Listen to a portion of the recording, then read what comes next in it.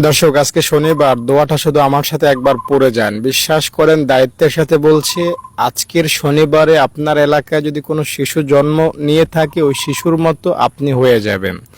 আপনার মধ্যে, ওই শিশুর মধ্যে গুনাহের দিক থেকে কোনো তফাৎ থাকবে না।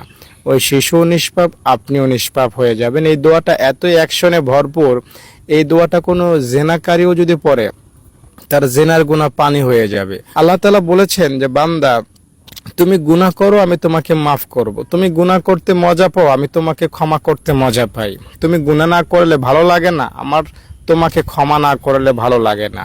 তুমি গুনাহ করো, আমি তোমাকে মাফ করব।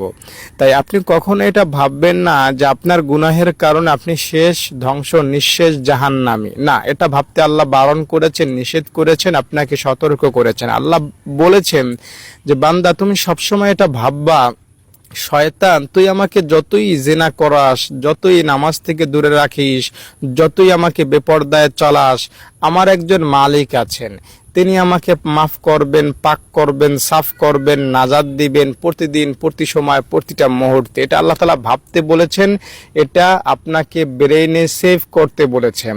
তাই কখনোই ভয় পাবেন না, ডর পাবেন না, মনের মধ্যে কখনোই হতাশা রাখবেন না। সবসময় বিশ্বাস, ভালোবাসা আল্লাহ তাআলার উপর রাখবেন এবং দোয়াটা পাঠ করবেন, লা ইলাহা ইল্লাল্লাহু ওয়াহদাহু লা শারীকা লাহু লাহুল মুলকু ওয়া লাহুল হামদু ওয়া হুয়া আলা কুল্লি শাইইন কাদির।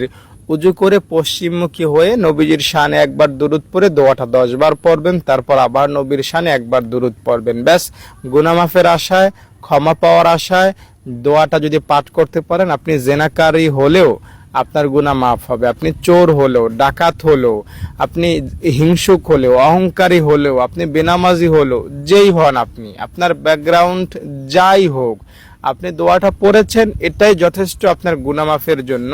এখন আপনি কয় বছরের গুনাহগার, আপনি যুবক না বৃদ্ধ, বুড়া না অল্প বয়স্ক, আপনি কম গুনাহ করেছেন, কবিরা গুনাহ কয়টা আছে নাই, এগুলো কোনো ব্যাপারই না। মানে দোয়াটা যে পড়বে তার গুনাহ মাফ হবে, এটাই চূড়ান্ত কথা। তাই ভাই বোন, বন্ধু, দর্শক শ্রোতা, যারা ভিডিওটা দেখলেন, দিল থেকে দোয়াটা পাঠ করে যান। ইনশাআল্লাহ দায়িত্বের সাথে বলছি, আপনাকে মিথ্যা আশ্বাস দিচ্ছি না। আরশের মালিক আমার জবানের কথাগুলো রেকর্ড করছেন, তিনি কিন্তু আমাকে শাস্তি দিবেন আপনাকে ভুলভাল বুঝালে। তাই আমার এই জ্ঞান আছে যে আল্লাহ আমাকে শাস্তি দিবেন মিথ্যা বললে। তাই আমি মিথ্যা বলছি না। আপনি বিশ্বাস নিয়ে, আস্থা নিয়ে দোয়াটা পাঠ করুন। আজকের এই শনিবারে আপনার গুনাহ মাফ হবে। যদি ভিডিওটা একটু ভালো লাগে আপনার, একটা লাইক করে যাবেন এবং কমেন্টে প্রত্যেকই আমিন লিখে যাবেন। লাইক না দিয়ে যাবেন না, কমেন্টে আমিন না লিখে যাবেন না, অনুরোধ করছি।